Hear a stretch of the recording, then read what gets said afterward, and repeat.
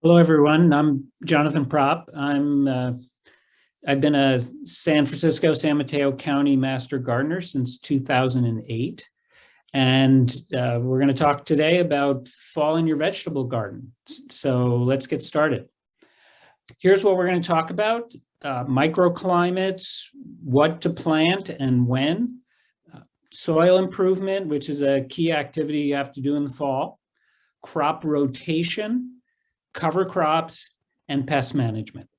And we'll try to do this within an hour and leave the last half hour for your questions.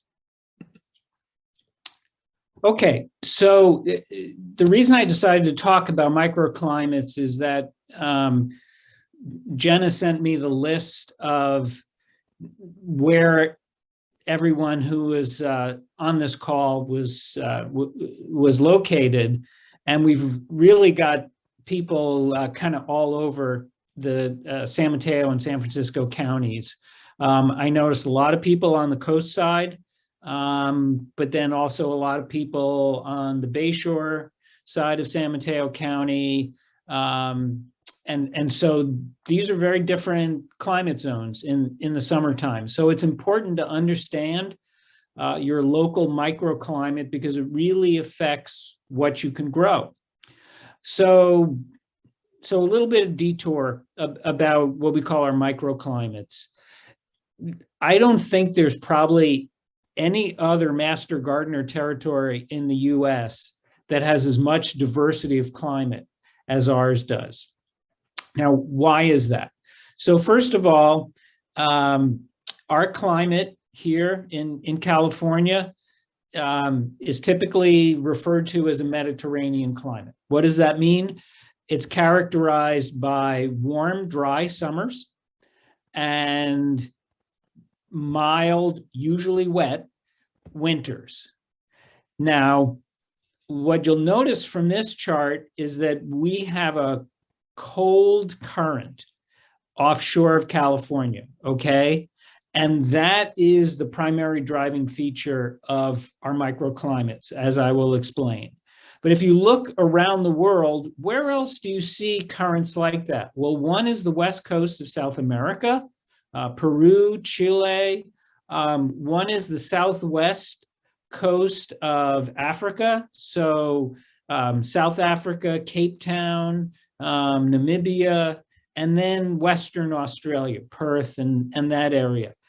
And all those places have very similar climates to our climate. And so things that grow well in those climates will grow well in our climate and vice versa. So we actually have a lot, for example, a lot of Australian trees and plants that are typically grown in this area.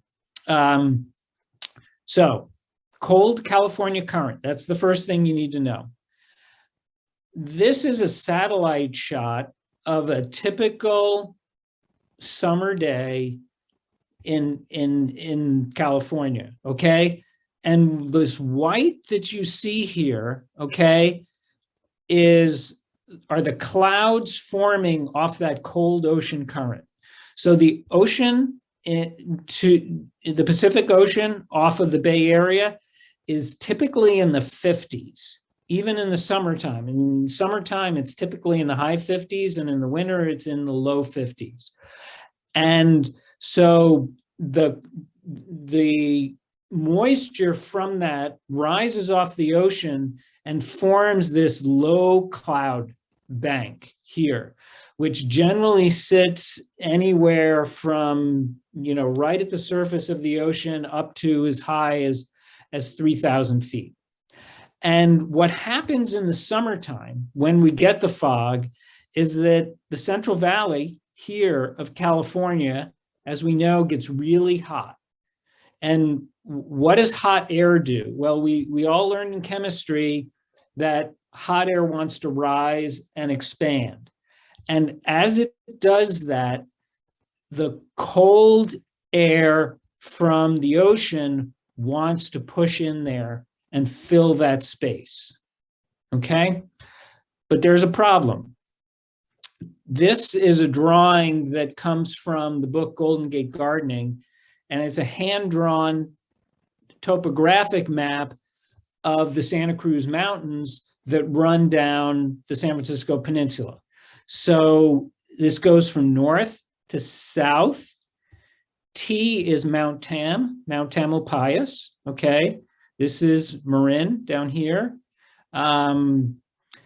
Down here, this is Mount Loma Prieta, down by Highway 17 on the way to Santa Cruz, okay? And that's about 3,000 feet or so. And most of this ranges at about 2,000 feet or so. So the cold air is trying to get in, but it's blocked by the mountains, unless it's high enough, which is when you see that lovely white fluffy cotton that comes over the top of the Santa Cruz Mountains and down into the Bay Area. But there are some places it can get through, okay? Notably the low elevation places. So this is the Crystal Springs Gap here, which is where Highway 92 goes through. This is the San Bruno Gap, which is just below San Bruno Mountain, South San Francisco. The most notable thing about the San Bruno Gap is that when they built Candlestick Park in San Francisco, the old stadium, they placed it right at the eastern end of the San Bruno Gap, which was why it had such ferocious winds all the time. And then G is the Golden Gate, okay? So this is the only real gap in the whole range here where the cold air can get through at sea level. And this is why when the Spanish explorers came up the California coast for the first time, they completely missed San Francisco Bay because it was just totally covered with fog when they sailed past the Golden Gate. So the cold air, as the Central Valley heats up, which is typically in the afternoon, starts to blow in. So that's why we have what we call our thermal winds, generally starting from about 2 in the afternoon, and they blow most strongly through the Golden Gate, and then they'll also come through the San Bruno Gap and the Crystal Springs Gap, but then they'll get blocked by the mountains elsewhere, okay? So the cold air is flowing through, and what it does is it comes in through the Golden Gate and then it flows down the bay, okay? And then it'll also flow up to San Pablo Bay. And this is what causes the variations in the climate in our area. So this is a snapshot I took a few years ago from the National Weather Service of a very typical summer day late in the afternoon. And I just highlighted the variations in temperature. So look at this, the variation in temperature from the coast side to what they call the Tri-Valley Livermore area is almost 40 degrees. And this is not that unusual for a typical summer day. So the coast is going to be very cool because it's right next to that cold ocean air and it's just flowing straight into it. San Francisco, likewise, particularly on the western side, is going to be very cool. These areas are what we call the fog belt. Okay? And then you'll see what happens as the cool air flows down the bay, it cools down the bay shoreline as well. Not nearly as much as the coast, and it tends not to be foggy, but it just cools it down. So for example, I live down in Menlo Park and I'm reasonably close to the bay. And so we get these cool afternoon breezes and it doesn't get terribly hot here. So whereas in the 60s on the coast, it's 70s here.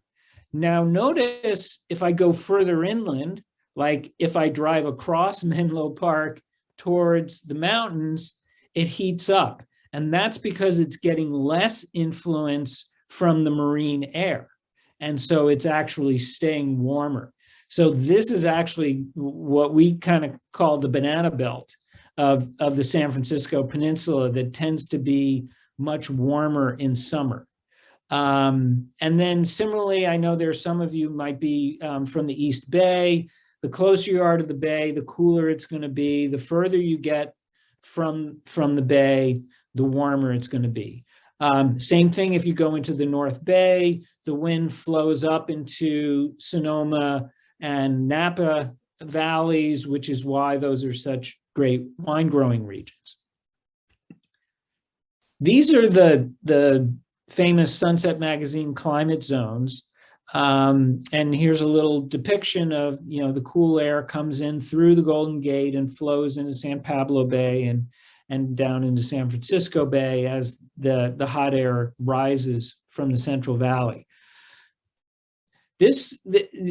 You don't need to worry specifically about what zone you're in, but this just sort of gives you a good general sense of the climate in your area. So this 17 is basically, the marine belt, okay, where you get the strong influence of the cool marine air. This means that, and you know this if you live at the coast, days don't get that hot in the summertime. San Francisco didn't make it over 70 degrees for the entire month of July this year. So that's a problem if you're trying to grow the typical heat-loving summer vegetables. And if you're trying to grow tomatoes and corn and squash and so forth, it's much harder in these fog belts here.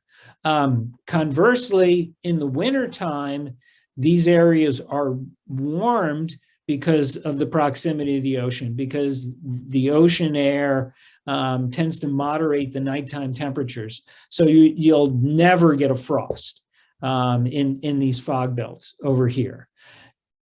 As you move inland from the bay, you get less and less influence from the marine air. So you tend to get, warmer summer days. And the flip side of that is you get cooler winter nights. So it is possible to get frosts as you get closer into these zones. What does that mean? Well, that means you can grow your summer vegetables much better because you have a lot more heat. It also means you can grow more fruit trees. Very difficult to grow fruit trees in the fog belt because the summer days don't get hot enough and the winter days don't get cold enough. A lot of our fruits need what they call chill hours, which is a certain number of cold days in order for them to set fruit properly. So if any of you have ever been to Filoli in Woodside, they have incredible fruit trees there and have for decades. That's just right smack in this banana belt zone, which is very good for fruit tree gardening. Okay, so that's just a little bit explaining the microclimates. If you have questions on microclimates, we can get back to them afterwards. All right, so let's talk about fall planting and what you can grow. I put this photo in here. I took it from my garden sort of around this time of the year. And the reason I put this in here is that it's quite possible your garden looks like this right now. You got, huge tomatoes and basil and, all sorts of things, growing wildly with the heat. And so, it's a little hard to think about fall planting, fall and winter vegetable gardening. But the reality is that you always need to be thinking 2 to 3 months ahead, because that's how long it takes your plants to produce crops. So if you're planting a fall crop, you need to be thinking about planting it now. okay? Which, if you don't have space reserved for it, means you're going to have to take something out. So let's talk about what you can plant now. This is from our Master Gardener's website, and Carol O'Donnell is one of our Master Gardeners, and she created planting guides by microclimate. So she created 3 ones: hot, sunny, and foggy. Hot is kind of in air quotes because it never gets all that hot in our area. So foggy is pretty clear. If you're on the coast side, if you're in the foggier zones of San Francisco, that's you. Hot is really southern San Mateo County, I would say, from like San Carlos down. And then sunny is in between, say like San Mateo, San Mateo, maybe Millbrae, to San Carlos. But there's, it's not hard and fast. There's a lot of variation. I'm going to show you the planting guide for sunny, and I highlighted August, September because we're halfway through August, to show what you can and should be planting now. Now, there's really sort of 3 main categories in here if you scan through the list. One is root crops, beets, kohlrabi, turnips, radishes, parsnips, okay? So you can plant your root crops now. Notice that they all say S. So S means plant from seed. T means plant from transplants. All the root crops say S. Well, beets doesn't, but all the rest do. That's because root crops don't take to transplanting very well. So you're much better off planting them from seed. So that's one category, is your root crops. Carrots, I forgot to mention carrots. Your second category is the leafy greens. So we've got lettuce, mustard greens, Swiss chard. So you can plant leafy greens now. You can plant seed or transplant for them. Leafy greens tend to be a little fussy in transplanting because they're very shallow rooted, like lettuce. You're better off doing it from seed for the most part. Swiss chard is deeper rooted. Swiss chard is actually related to beets, so they transplant a little better. But with the leafy greens, they germinate so quickly, like usually within a week at this time of year, and they're a little fussy on transplanting, so you're much better off planting those from seed. Then the third category you can plant now is what we call the cruciferous vegetables, also known as the cole crops, C-O-L-E, and those are your, broccoli, cauliflower, Brussels sprouts, cabbage, kale, okay? Now, all of those are going to say T in here, not seed. It's basically too late to plant them from seed. They also do much better as transplants. So, you can get them at the garden store. You can also start them indoors, and then, transplant them outdoors. So those are the things that that you can plant now. Basically, your root crops, your leafy greens, and your cruciferous vegetables. What's notably missing from that list are all your heat-loving summer vegetables, beans, eggplants, tomatoes, squash, corn, okay? Now, it is hot now. They will germinate, but the heat and the daylight hours, which we'll talk more about in a second, won't last long enough for you to grow those. So your window for growing those pretty much ended last month. Okay. You can see as you get into October, November, that the list really starts to shrink. And you're much more limited in what you can plant. And then, sort of October, November time, that's typically when you would plant your garlic and onions for harvesting next spring. Okay, so if there are more questions about, any of the plants in here or what you can and should be planting now, you can post those in the chat. So, can you grow vegetables over the winter here? You absolutely can. It doesn't get too cold for a lot of the vegetables here. Again, in San Francisco and San Mateo counties, frosts are very occasional, certainly not along the coast side. But the further inland you are, the more possibilities of frost. But a lot of the vegetables can handle a frost. Hard freezes are very, very rare.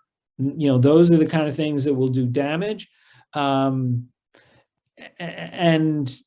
the definition of a hard freeze is several hours under 32 degrees. Those are pretty rare in this area. So you can grow vegetables through the winter here.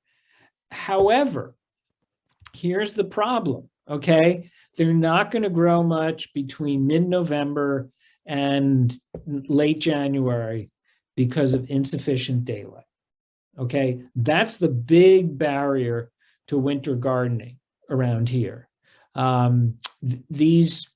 Most vegetables need at least 6 hours of sunlight, direct sunlight, a day to photosynthesize. Your heat-loving summer vegetables, they want 8 or more hours of sunlight to photosynthesize. But like your leafy greens and your cruciferous vegetables, they're fine with 6 or more hours of direct sunlight. But as you're going to see, that's hard to achieve in these months. And it's not because the days are too short, because they're not. It's because of the sun angle. And I'm going to explain that to you. So basically, your plants will just sit there and they won't die. But they really won't grow much at all because they're not photosynthesizing enough, okay? Carol O'Donnell says, basically, you got a big refrigerator out there in your garden bed. So they're not going to die, but you're not going to get much of a crop.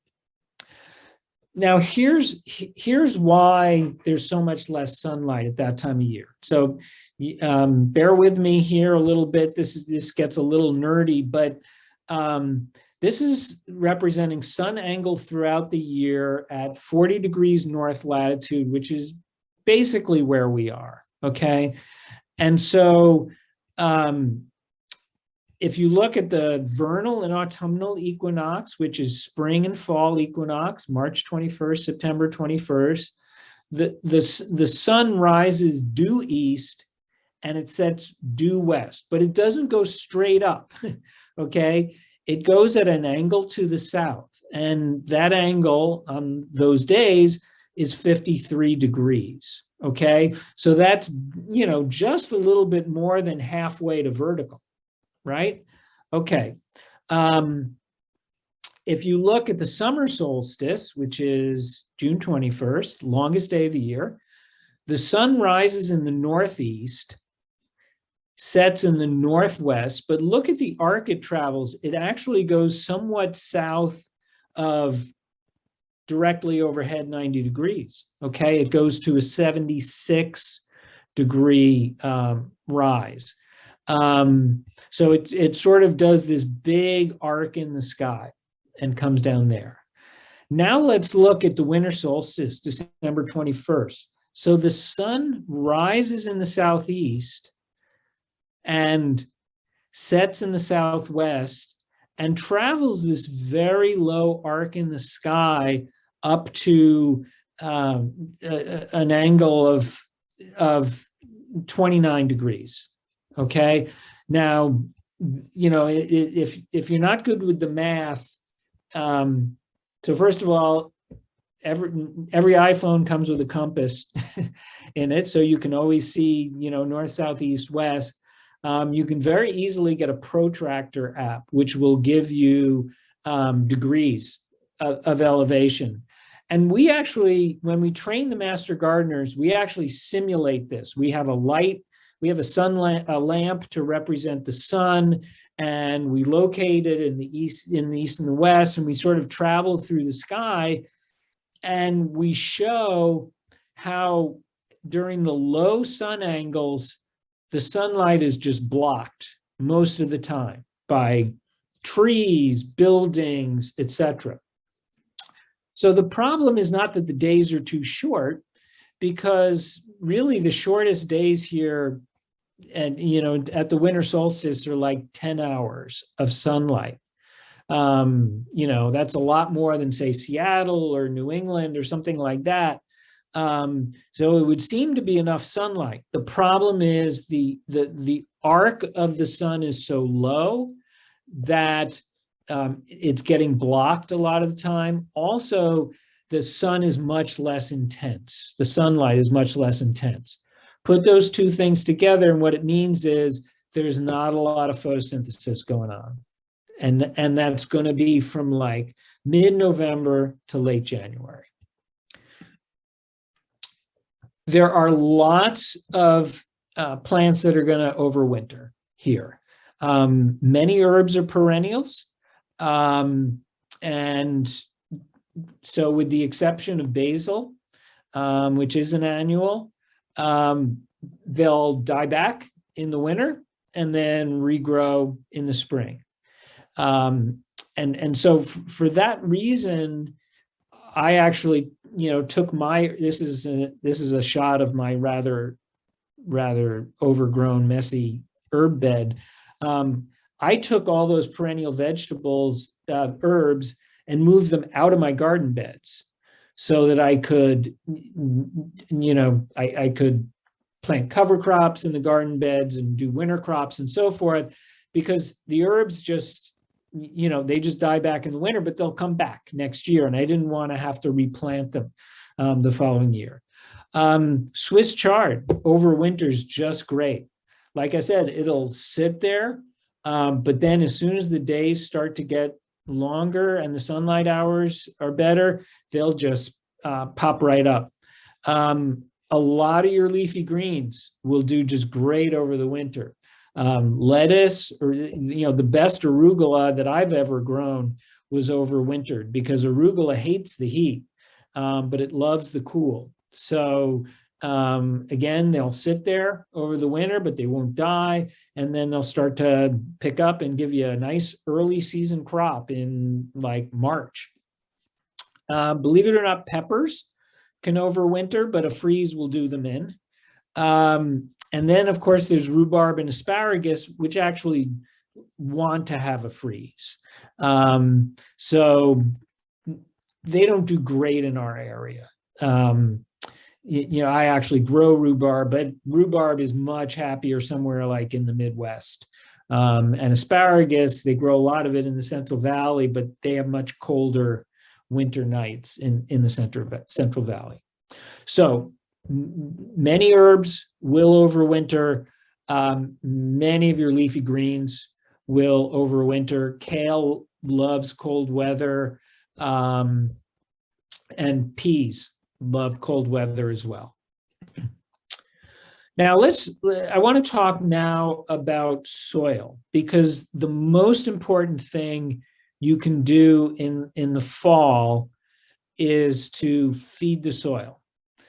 There's been a lot of interesting work done in the last few years, learning about soil and the very complex relationships in the soil between plants and and fungi and bacteria in the soil. In fact, it's a very symbiotic relationship between them. The fungi is a certain kind of fungi called mycorrhizal fungi, and they're actually trading nutrients back and forth with plants through their root system. So we've learned a lot, and this just shows that, you know, when you have decaying organic matter in the soil, such as compost, that feeds the fungi. The fungi feed the plants, they feed the earthworms, and then there's lots of things that feed on the fungi and so forth up the food chain. What we've learned is that tilling the soil basically disrupts this system. So the monocropping of the Corn Belt, where they grow a crop and then they go out there and till the soil, is actually not a good thing, and it's destroying the soil in much of the Midwest. So we've learned over the years that it's actually better to not disturb the microorganisms in the soil as much as possible, and really just to feed the soil. Now, typically, after a summer crop, a lot of the summer vegetables are very heavy feeders. So tomatoes, corn, squash, peppers, eggplant, etc. They're what we call heavy feeders. That means that they are withdrawing a lot of nutrients from the soil.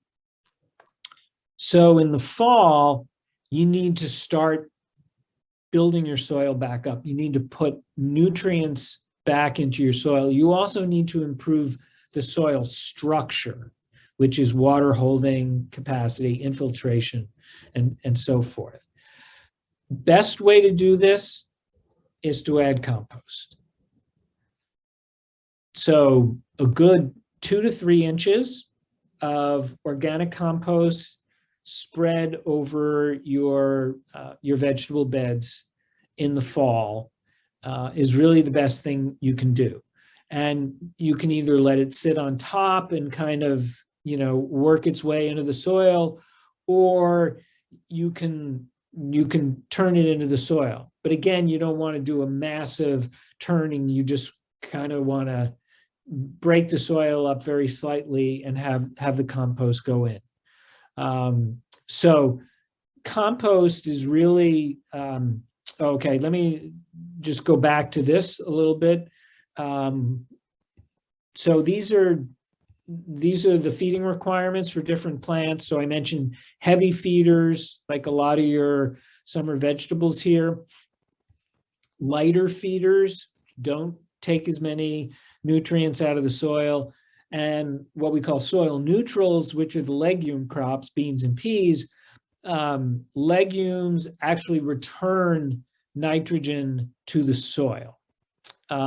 So they don't actually pull a lot of nutrients out of the soil.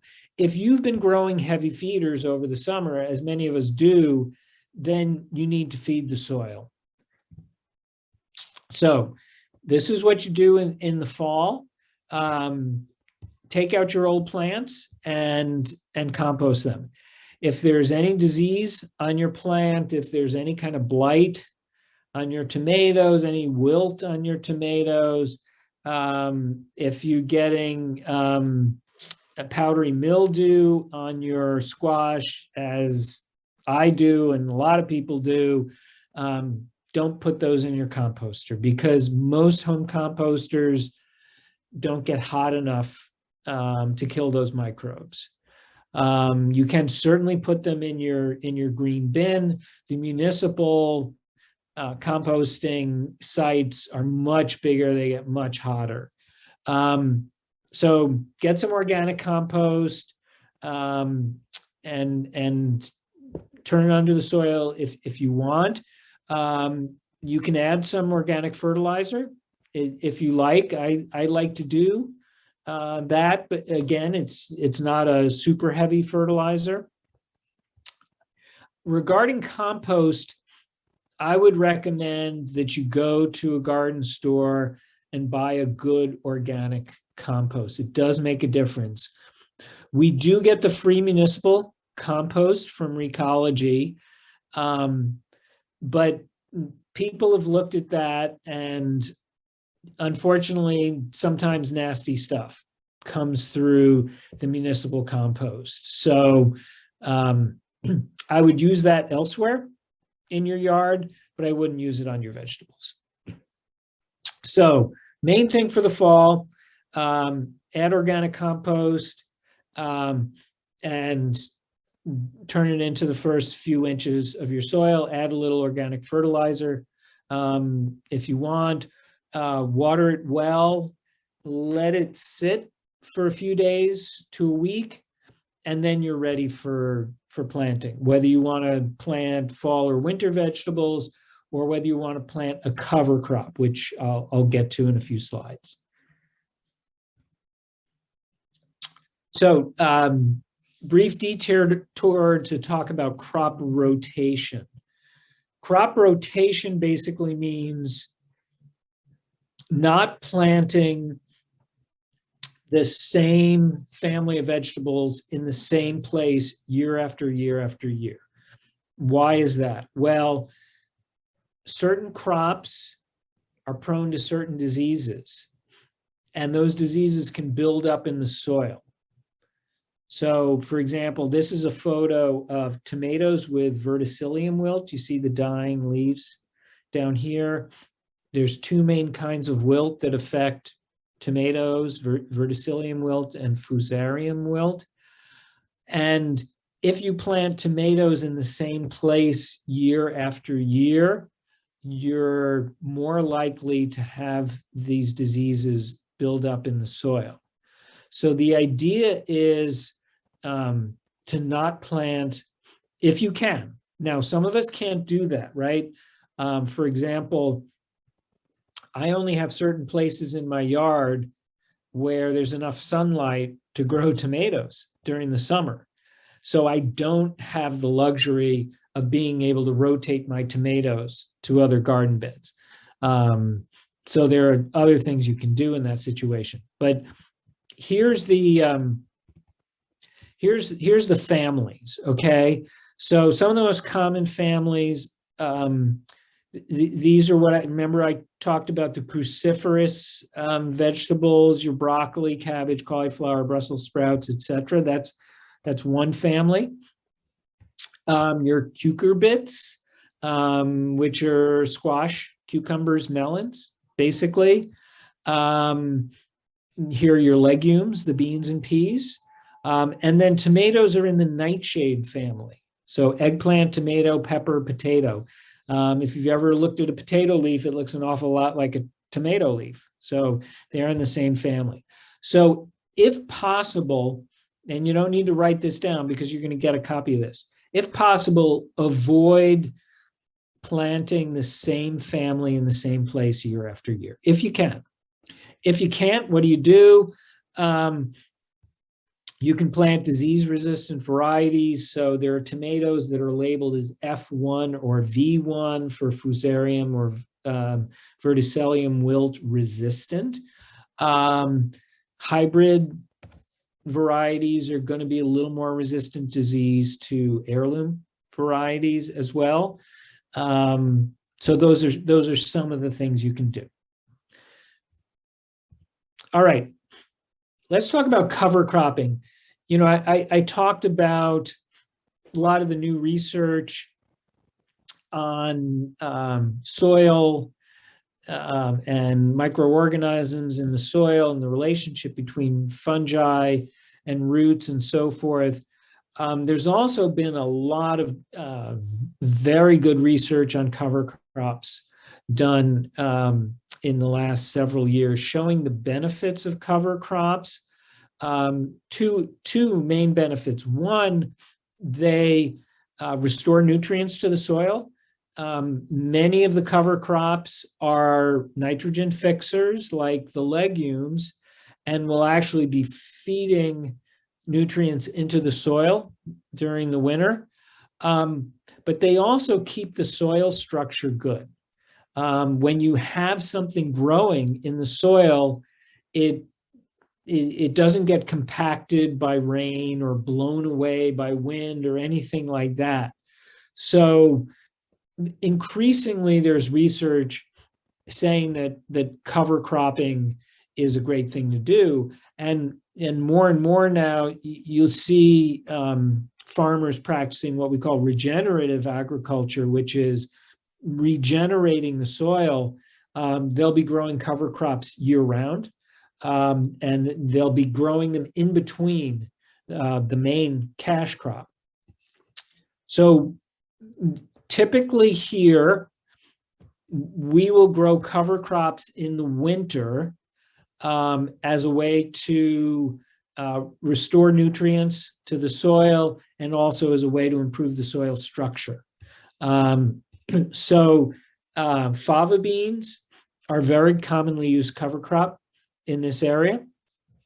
Other commonly used ones are crimson clover, vetch, oats, buckwheat. They're all going to return nitrogen to the soil. Now, you're probably thinking about cover cropping. You may have realized if you have a vegetable bed, you can either cover crop or you can grow winter vegetables. You can't do both, right? If you're going to cover crop, then that's going to take up the bed. You're not going to be able to, grow your leafy greens through the winter until you harvest the cover crop. Personally, what I do is I have some beds where my summer heavy feeders are. I will cover crop those in the winter. I have other beds which don't get as much sunlight. They're sort of my leafy greens beds, and I'll just continue growing leafy greens there throughout the winter. Now, here's the key thing. You want to harvest or cut down your cover crops before they form seed pods. So for fava beans or oats or anything like that, because they're adding nitrogen to the soil, but then when they're growing seed pods, they want to feed those seed pods so that they will survive, and they start taking nutrients out of the soil and putting them into the seed pods. So it reverses the process. So you don't want that to happen. If you're growing it as a cover crop, you're not harvesting the fava beans to eat, okay? So what you want to do is wait till they flower, but cut them off before the seed pods form. And, in the old days, we would pull them out, roots and all. Now we've learned that you're perfectly fine just cutting it off at ground level, and then the roots will decompose on their own, and that just adds to the organic matter in the soil. It's a great compost. Your fava beans, now they can get pretty tall, so you want to chop them up into small pieces, but you can either put them in your compost pile, or you can just chop them up real small and just put them on top of your soil as what we call a green mulch. Okay. If you do plant a fava bean cover crop, along with what I said before about winter growing, they will get to, I don't know, a foot high, maybe 6 inches to a foot. And then you'll hit the short daylight hours and they'll just sit there. But then when the daylight hours start to extend, all of a sudden they'll take off and they'll grow up to a few feet high. All right, last topic, we're going to talk about integrated pest management, also known as IPM. It's something that the UC, Agriculture and Natural Resources, is really focused on in the last 7 years. They're the parent organization to the Master Gardeners. And the idea here is to, reduce use of pesticides and to really use healthy methods to deal with pests. Pests are a huge problem. We all face pests, but there are better and worse ways to deal with pests. So IPM is really a 5-step process. One is monitor for pests. Are your leaves getting chewed, right? Are your vegetables getting chewed? Are there, brown spots on the leaves, right? You have to monitor for pests. And then you have to take what you're seeing and identify the cause, right? Is it a fungus? Is it a fungal disease, a bacterial disease? Is it insects? Or is it vertebrates like squirrels, right? Is it snails and slugs?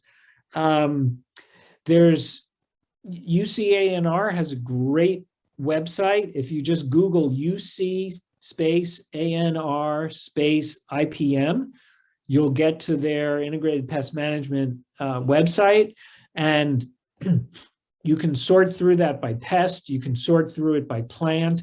For each plant, it'll have photographs of different conditions to help you identify what's causing it. It's really, really great resource. We as Master Gardeners use it all the time. So if you figured out what your pest is, the first thing to do to attempt is habitat modification. What does that mean? Well, try to remove what's making your garden area a happy home for that pest, whatever it is. So for example, if it's snails and slugs, try to remove any covered spaces nearby which could be harboring snail and slug nests. Similarly, if you're having rats, try to clear out weedy areas and debris where rats like to make their nests. Okay, so there's a lot of things you can do to modify your habitat to make it less attractive to these pests. Next is population control. So my favorite example of this is hand-picking snails and slugs. The most effective way to deal with snails and slugs is not to put out Sluggo on the ground, but to go out at night when they're active with a flashlight and a bucket of soapy water and hand pick them. You'll just find them. And what you'll find is if you do that 5 nights in a row, you will have picked through most of the population of snails and slugs. Will they come back in a few weeks? Probably, and you'll have to do it again. But it's very effective. So that's an example of population control. Okay. And then biological controls is, using nature. Nature has evolved ways of controlling other parts of nature, right? So ladybugs eat aphids, okay? So if you can attract ladybugs to your garden, they can help deal with your aphid problem, okay? There are, birds will eat certain insects, right? Bats will eat certain insects. Those are all examples of biological controls. I want to show you some examples here of physical controls, okay? So the first one is what we call floating row covers. These are a lightweight woven fabric. The main brand name is Agrabon. It comes in different weights. The heavier weights are actually used by people in cooler climates to trap heat in their beds to extend the growing season. So you may have heard the term hoop houses. You can see pictures of those online. Those are like very large tunnels with these floating row covers extended over them, which enable people to extend the growing season. If you go down into the berry growing region around Watsonville, you'll see the berry vines under these floating row covers all the time. And it's a way for them to basically extend the growing season on both ends. Now, it turns out that floating row covers are good not just for increasing the temperature in your bed, which we don't really need here that much, although it can extend your growing season, particularly in the spring. You know, a floating row cover can give you an extra week or two in your growing season. But if you look at it, you can see that insects are not going to get through this, right? Squirrels are not going to get through this. So it's a very effective barrier against those pests. So, for example, I have a plum tree close to this vegetable bed, which is prone to getting aphid infestations, and this will keep the aphids from getting into my greens. Similarly, I tend to get the beet leaf miner in my Swiss chard a lot. It's very common around here. The way to tell if you've got it is the leaves get sort of papery thin because it's an insect that gets in between the top and the bottom of the leaf and kind of tunnels or mines its way through there. This keeps the beet leaf miners out of my Swiss chard as well. It's also very effective for newly planted seeds or transplanted seedlings to protect them from birds, which really love to eat them, like beans. When you first plant beans, birds love those things, okay? So it's good to protect your germinating seeds or your transplants until they get up to a certain height. Now, obviously, if you look at this, you know, you can't put it over your tomato plants because they're too high for it. Okay, so this is, you know, particularly good with, say, leafy greens, which are not going to be too high for it. Also, if you have vegetables that need pollination, like cucurbits, cucumbers, squash, melons, so they need pollinators like bees to fly in and pollinate them. Obviously, that's not going to happen with this over them. So you can't use it for those. You can certainly use it to protect them until the flowers start to show up, and then you need to remove it. But a lot of us use floating row covers, very effective pest control, as well as season extension.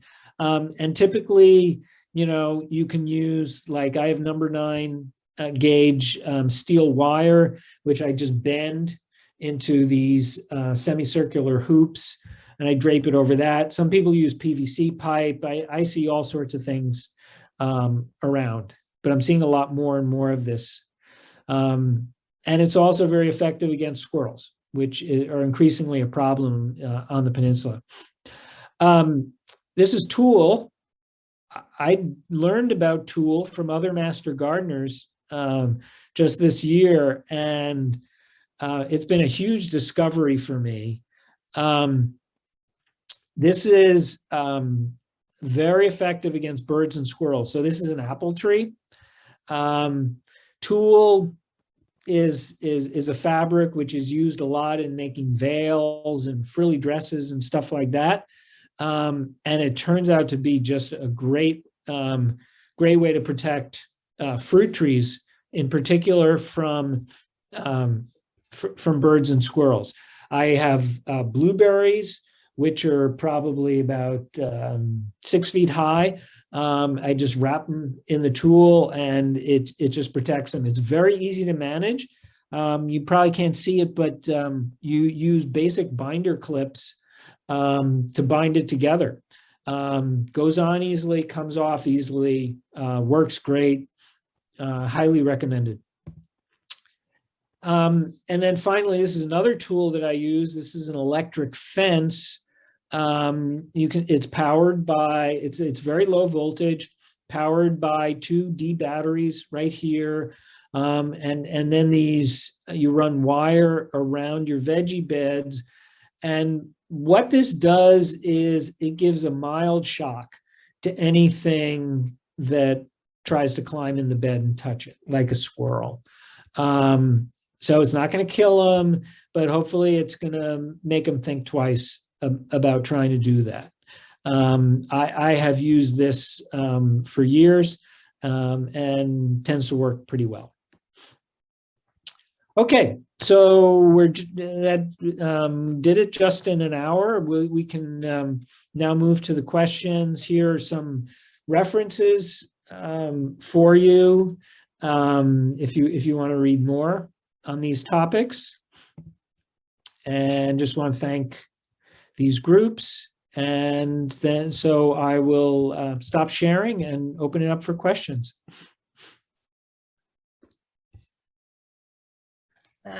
Okay, we have quite a few questions. First one is, are there any seed banks in the Bay Area? Seed banks. I'm not sure what you mean by that. Perhaps the person who sent that in can explain a bit more. I'm wondering if they mean maybe like seed libraries. I'm not sure though. Yes. I think the San Mateo County libraries, Jenna, seed libraries. Yeah, they said are offering seeds. We also have in the Bay Area, we have several seed companies that specialize in rare and heirloom seeds. So for example, this one's pretty mainstream, but Renee's Garden Seeds over in Santa Cruz carries a lot of heirloom vegetables, particularly ones that I like. Unfortunately, this one is no more, but there used to be an outfit in Redwood City called Hudson, who used to like have a catalog of very, very rare heirloom seeds. Up in Petaluma, there's, I can't remember the name of it, but they're based in Missouri and they opened up literally in a bank in Petaluma. And they specialize in very unusual heirloom seeds as well. And then there's one more in Oakland. It's a Japanese company, Japanese American company that specializes in a lot of Japanese and other Asian vegetables. And I can't remember the name right now. So Kitazawa, okay, there we go. Thank you. So I hope that answered the question.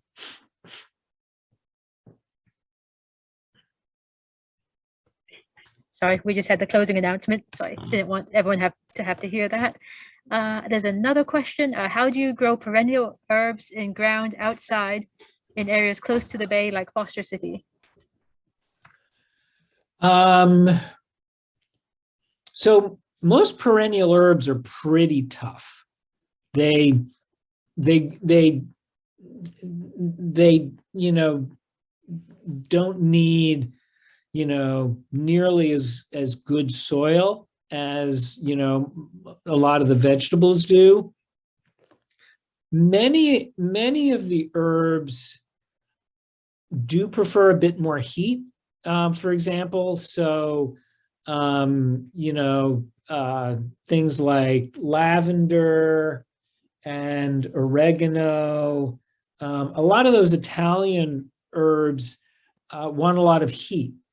So, Foster City is maybe going to be a little cool for that, but I think you should really be able to grow most herbs there. Basil too likes heat as well. So, really put it in the sunniest spot you can, protect it from the wind, because you can get that real strong afternoon wind in Foster City. And you can always grow them in containers as well. I know Foster City has that very sandy soil. So if you can't grow it in your soil, you can always do it in containers.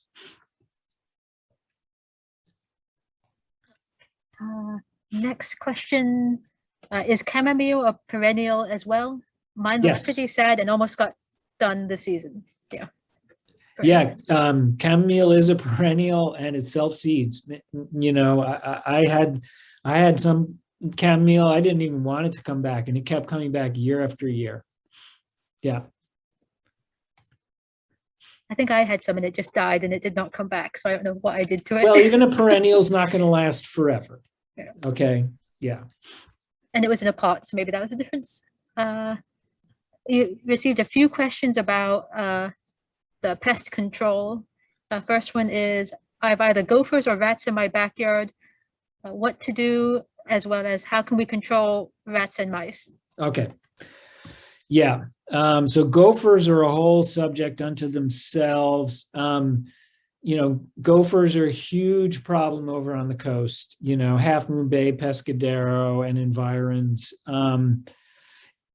Go to our website, because we have some great resources on gopher control and videos on gopher control. The main thing for gopher control is to trap them. You need to find their underground tunnels, and then you have to place a trap into the underground tunnels.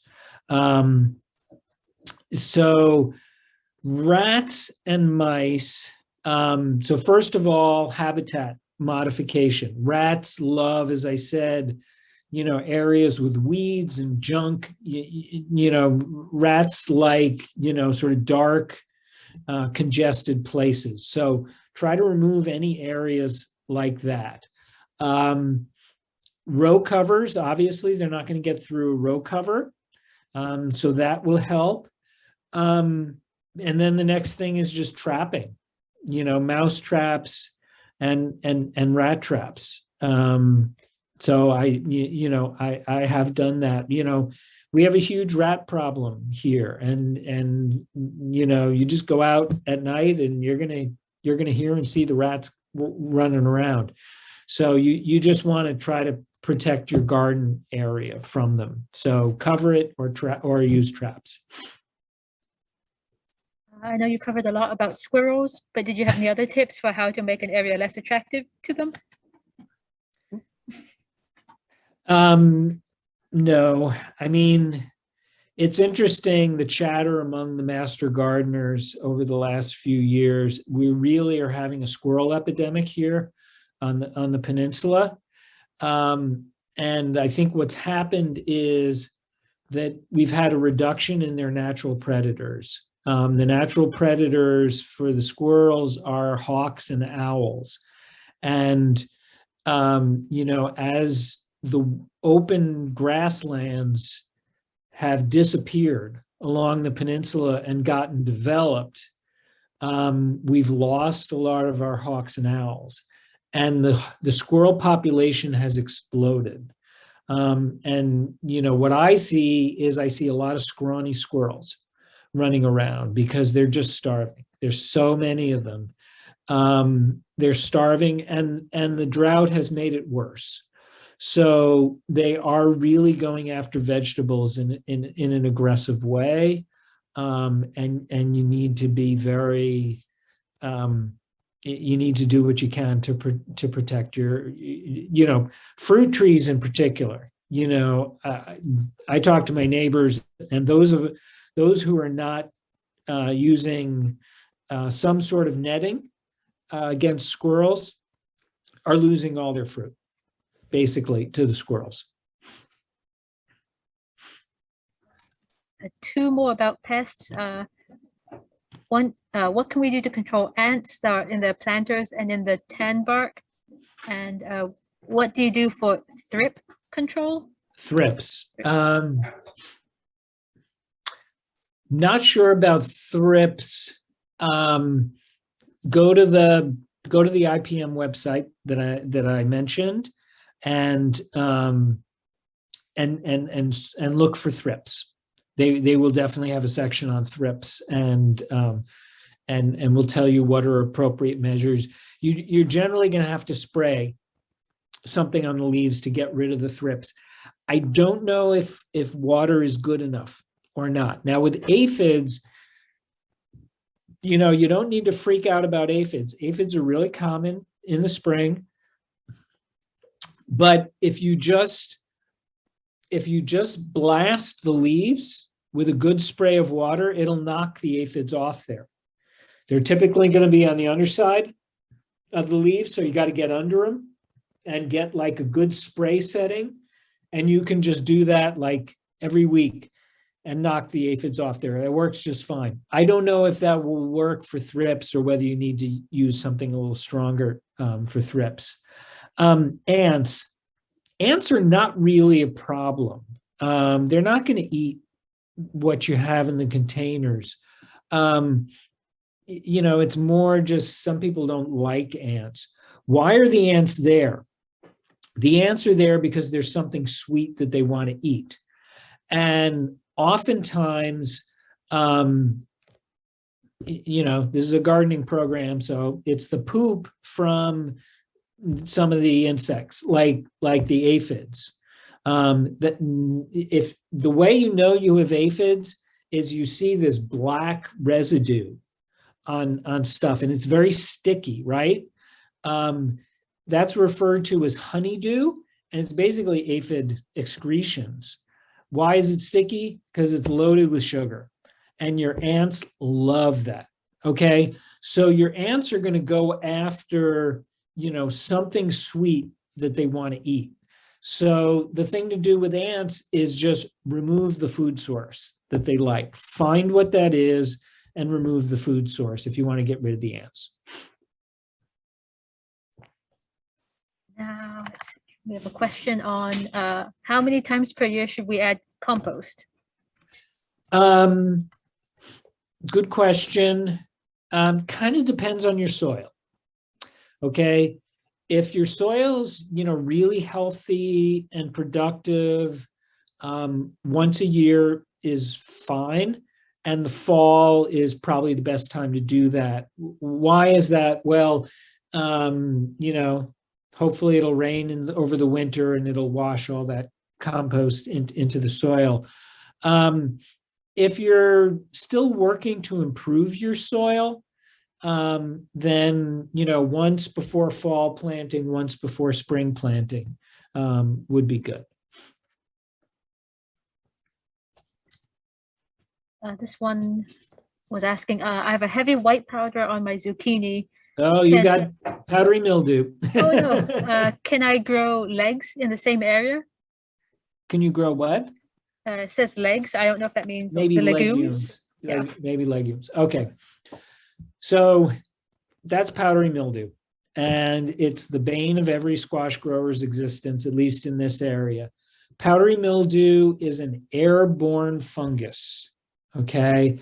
Once it gets on the leaves of your zucchini, that's it. There's really nothing you can do about it. I mean, you can, if you see any leaves with powdery mildew on them, cut them off immediately, put them in your green bin.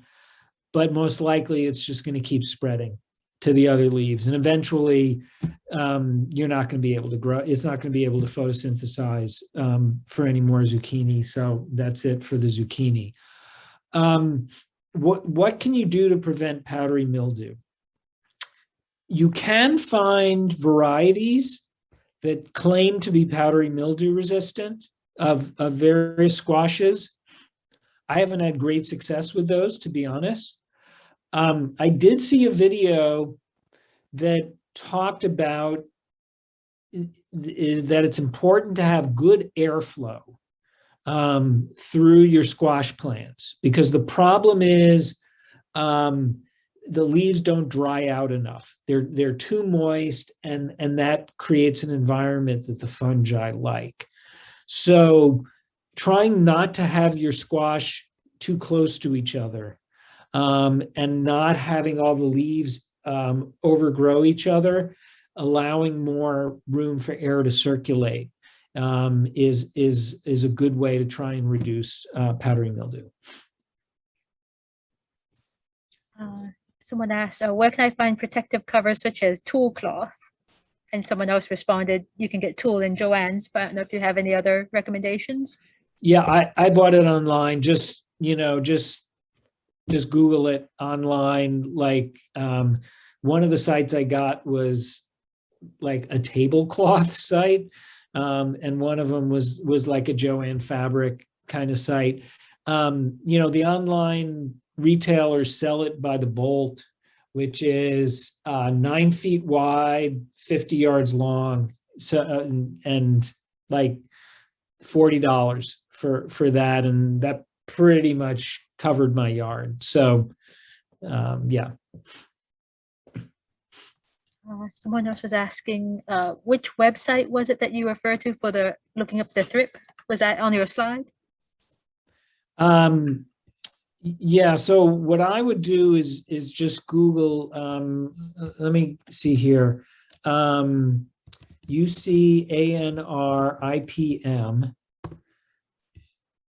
Yeah, and I get the homepage of the statewide IPM program. So I'll paste this in the chat window right now.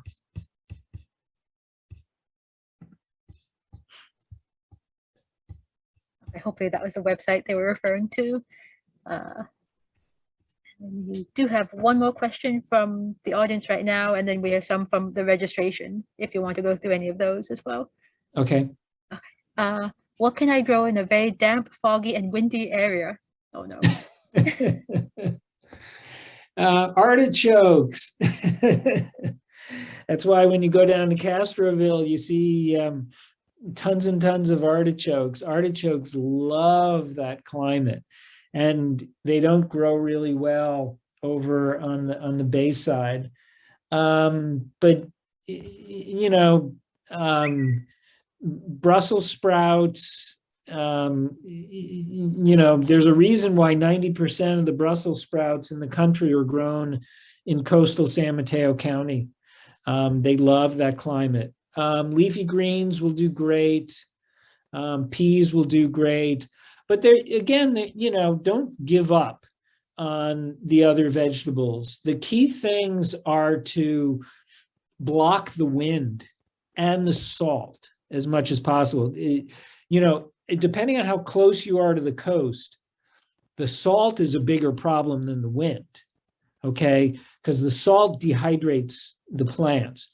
So if you're going to be growing stuff close to the coast, having some sort of a wind block in front of it is really important to block the wind and the salt.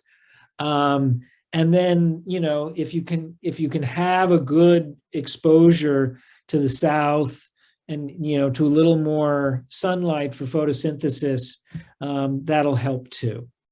But, if you can't really grow, we also, when we do our seedling sale in April, Master Gardeners, we have a lot of varieties of tomatoes that are good for growing over on the coast.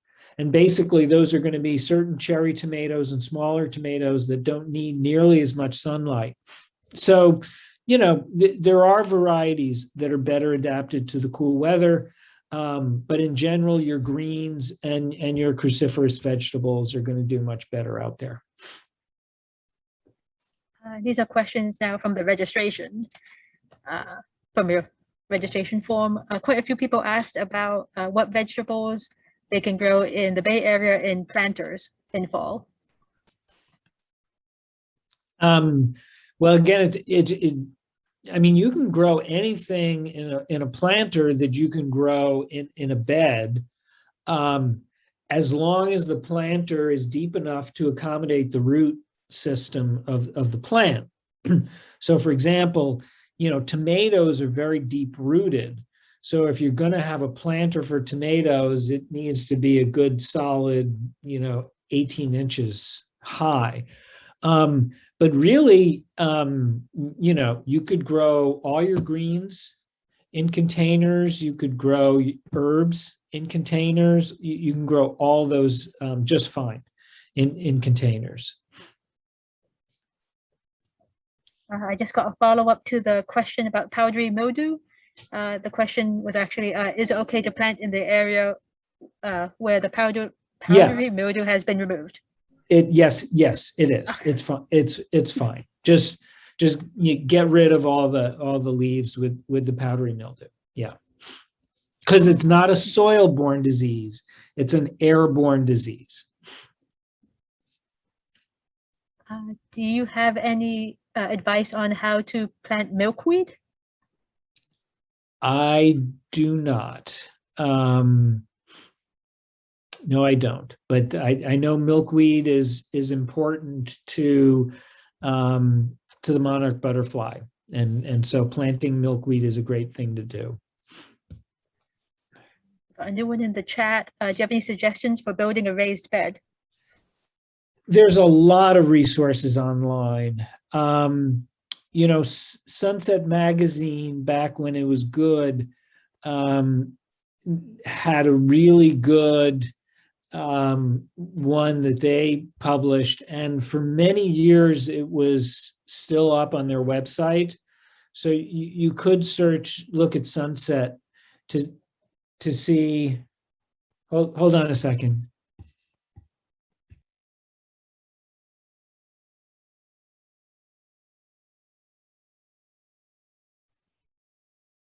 If anyone still has a question, feel free to add it in the chat and we can ask when Jonathan gets back. Okay, sorry about that. There was a very good one that Sunset posted online. It tells you, everything to buy and how to construct it. So it was really good. Just couple of key things about building raised beds. One is use redwood. Unfortunately, redwood is super expensive right now, so it's not going to come cheap. Do not use the treated wood that's meant to resist rotting, okay? Because they inject that with arsenic, basically, and you don't want that seeping into your soil. So what they call pressure treated wood. So you don't want to use pressure treated wood. You want to use redwood. Why redwood? Well, redwood is resistant to moisture, okay? If you put cedar is the other one, but that's super expensive too. But other woods, if you put them into the soil or next to the soil, they will rot over time. Whereas redwood will last you, 20 years or more, okay? The other key thing is, we talked about gophers. When you dig out for your raised bed, you want to line the bottom of the bed with what we call hardware cloth, which is a fine mesh steel, okay? Because that's how you prevent gophers from tunneling under your bed and coming up and eating your vegetables. And the worst feeling in the world is building a raised beds and then having a gopher problem and having to dig that whole thing up and retrofit it with hardware cloth. So when you build it, put the hardware cloth in there, you basically attach it to the four sides of the raised beds. Then your soil goes on top of that. So use redwood. It's really expensive, and use hardware cloth. Same person just asked, how deep should the bed be? Well, you'd like to go down about a foot if you can. Depends on your soil. Some of our soil here is really hard, and I would not recommend even trying until we get into the rainy season. You go out right now, most places on the peninsula and try to dig into your soil, and it's like rock. Winter is a good time to build your raised beds. You can't really grow anything at that time of year. So wait until, a little rain starts coming in. Is it a good idea to put cardboard inside the raised bed? No, not really. No. Is that because it might be treated with chemicals again, or? No, it just doesn't do you any good. You can use cardboard is just cellulose, which will break down, right? And there's a technique called sheet mulching that people do, which is basically a way to create a growing bed for vegetables out of, say, what was previously grass. And for that, you do use cardboard. You lay cardboard down. But if you're doing a raised bed, you're going to dig it out, and then you're going to bring in soil. So you're going to go to a garden supply store like a Lingso over on the peninsula, and you'll get soil. Another thing to think about with raised beds, as I get older, I do think about this, is how high do you want to make the raised bed?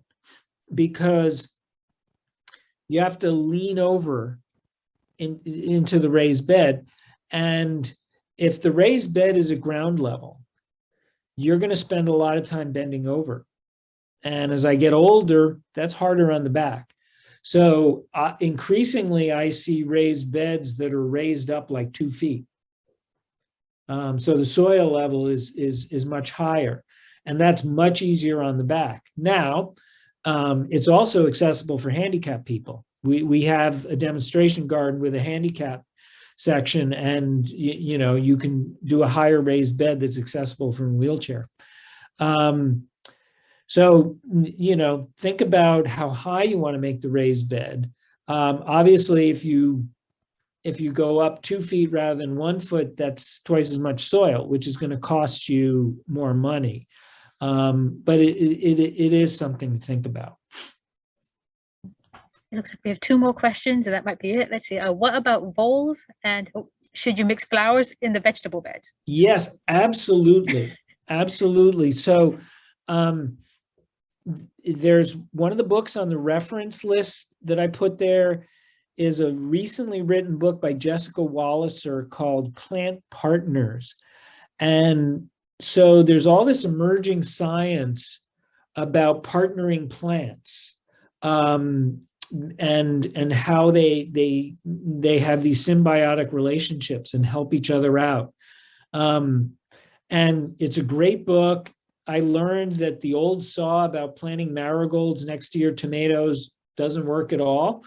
But there are lots of flower vegetable combinations that are very helpful and productive. So look at that Jessica Walliser book. Yeah, I mean, I have a lot of nasturtiums in my beds this year because nasturtiums are very good. One of the ways that flowers are good mixed in with vegetables is some of them deter certain pests, and others just have a good symbiotic soil relationship as well.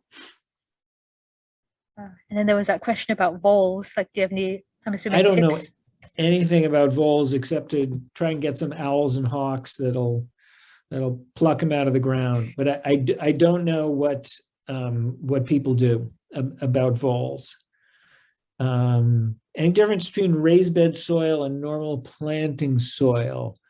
No, not really. No. There's another, do you use drip irrigation? All the questions. Oh, yeah. Yes. So I didn't cover irrigation. Irrigation is like a whole other subject in itself. I highly recommend drip for a couple of reasons. One is it uses water much more efficiently. It delivers water to the soil rather than to the air. And when water is going through the air, you would be amazed at how much of it is evaporating, particularly if you're doing it during an afternoon. So it's a much more efficient use of water. You're also not getting the leaves wet. And getting the leaves wet on a lot of your summer vegetables is actually a good way to spread disease, like, for example, powdery mildew. So drip irrigation is highly recommended, particularly as droughts get worse here. It's not cheap. It always breaks. It needs a lot of maintenance. But I would highly recommend it. I use it in my entire yard, not just my vegetable beds. I don't know if you want to ask. There's one more question from the registration. A couple people asked. Best time. Hang on. Best time to water the veg. Yes, early in the morning. Like I water my vegetables from 4 to 7. I think. I mean, I have them on a timer. That's the advantage of having them on a timer is, it can run without you being there. But early in the morning, evaporation is going to be the lowest. Okay, so that's the best time to do it. Nighttime is not good because the water is going to stay on the plants overnight, and particularly if you're watering them from above. If you're watering from above, particularly the morning is better because it'll dry. The leaves will dry off before nighttime. And the last one, a couple people asked about, do you have any recommendations for natural pesticides to use common to this area? That's a little general. I mean, I'm not sure. The one that's been approved, there's a biological pesticide that's been approved for a lot of organic uses. That's Bacillus thuringiensis. And if you look on the UC ANR IPM website, you'll see Bacillus thuringiensis mentioned several times. It's starting to be used so extensively on organic crops, particularly like large organic farms, that people are now starting to worry about diseases that are resistant to Bacillus thuringiensis. So, nature is very crafty. Okay, I think we're right on time. There's no other questions. Okay, great. All right. Well, thank you for joining, everyone, and happy gardening.